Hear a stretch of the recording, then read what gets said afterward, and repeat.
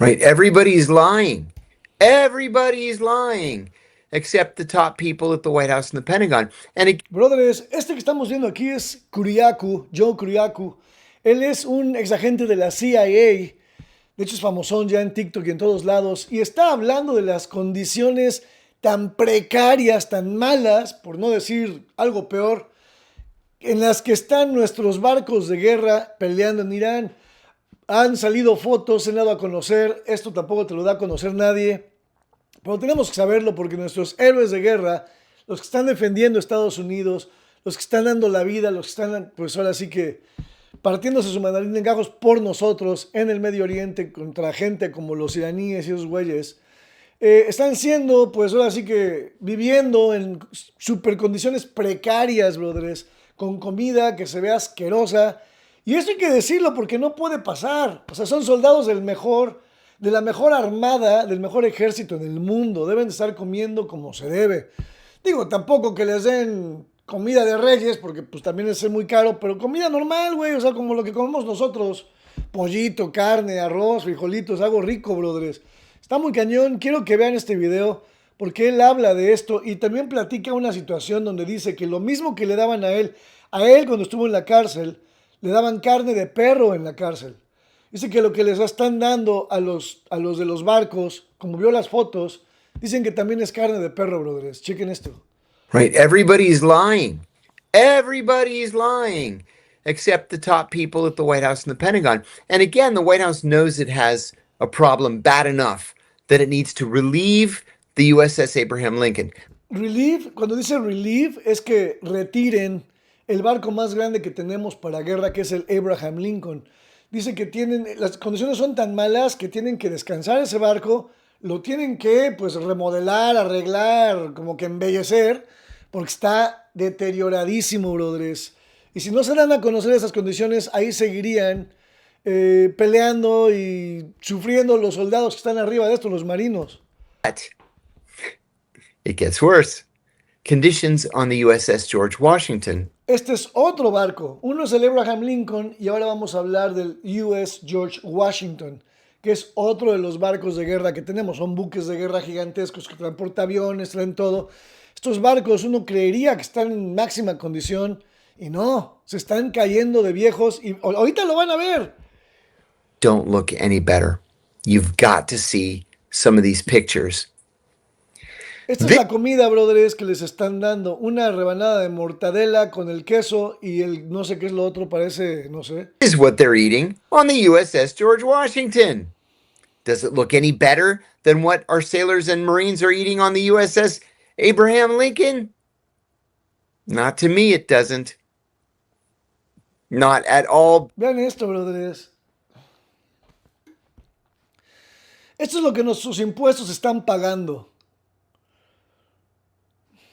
O sea, me da coraje porque, digo, en cuanto Trump se enteró, los regresó y ahorita, por ejemplo, el de USS Abraham Lincoln ahorita lleva camino, creo que a la India o no sé a dónde, a que bajen a su crew, a toda la gente que está ahí arriba y a que lo empiecen a arreglar. O sea, Trump se movió e hizo algo así. Pero imagínense cuánto tiempo tuvo que pasar para que se enterara y todas las porquerías, estas porquerías estaban comiendo. Yeah. Prison food. I'm telling you. This meat that you see here, forgive me if I digress into a story.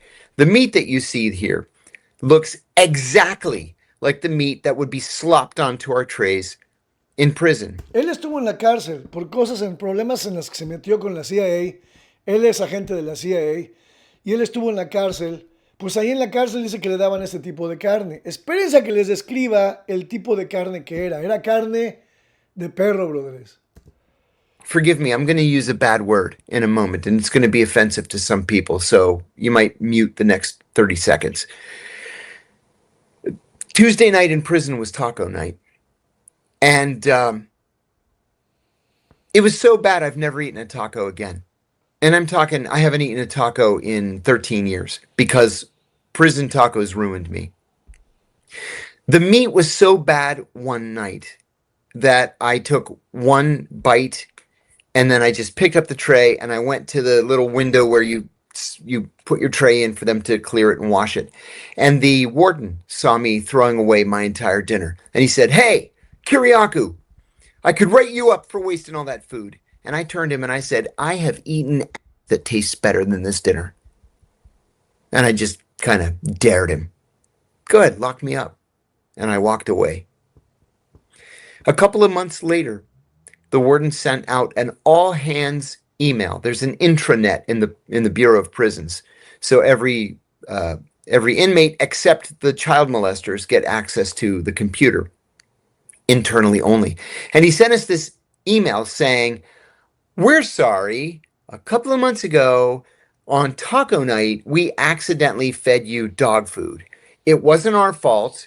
The meat processor had mismarked the boxes as taco meat, and then the taco meat was mismarked as dog food, so the dogs ate the taco meat, and you guys ate the dog food. Sorry." They were fined $15,000, all of which, of course, went to the Bureau of Prisons, not to us.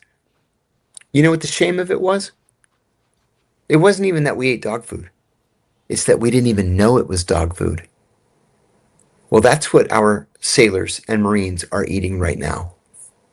The same food that we were eating in prison. Small food portions are going to be a problem.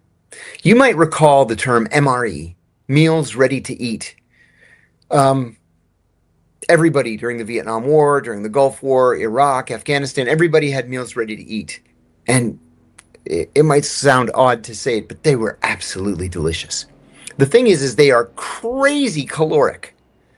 So if you make, meatballs and scrambled eggs, which was actually one of the choices, it might have 1,200 calories. But the military version in the Meals Ready to Eat package is going to have 4,000 calories. Why? Because you need nutrition and calories to fight a war. You can't fight a war with one slice of salami and a hard-boiled egg. You can't. Pues claro, necesita estar comiendo bien, necesita estar por lo menos comiendo proteína, ¿no? No ese tipo de cosas, güey, o sea... And so our fighting men and women are being wronged. And it's doubly insulting that the Ministry of Defense, the Department of War, is denying that any of this is a problem at all. I want to show you a couple of other pictures from the USS George Y Washington. de hecho, brothers, aquí antes de que nos enseñen las otras fotos, o sea, Hexet está negándolo. O sea, híjole, como lo dije, en cuanto Trump se enteró, mandó retirar el barco lo mandó hacia un país, creo que en la India, como les digo, para que vean qué onda con lo que está pasando. Pero en realidad, o sea, Hexet, el mero mero del Departamento de Guerra, lo negó cuando hay fotos. There's a problem on the George Washington that has been very well reported this past week. The entire place is full of mold. This is an ostensibly clean bathroom. That's mold on the ground, and it's growing like a shrub, as you can see in the bottom right hand of the photo. Look at this. Pipes completely covered in mold. And Seth Harp, who's a fantastic investigative journalist, notes, more pictures from aboard the moldy old USS George Washington, which recently underwent an incredibly expensive, complex overhaul that took 6 years to finish.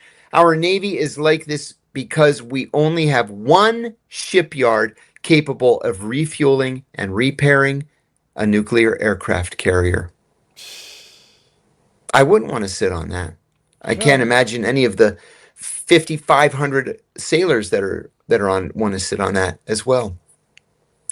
The video the U.S. Navy put out yesterday showing conditions aboard the USS George Washington honestly made things even worse. Check out this video.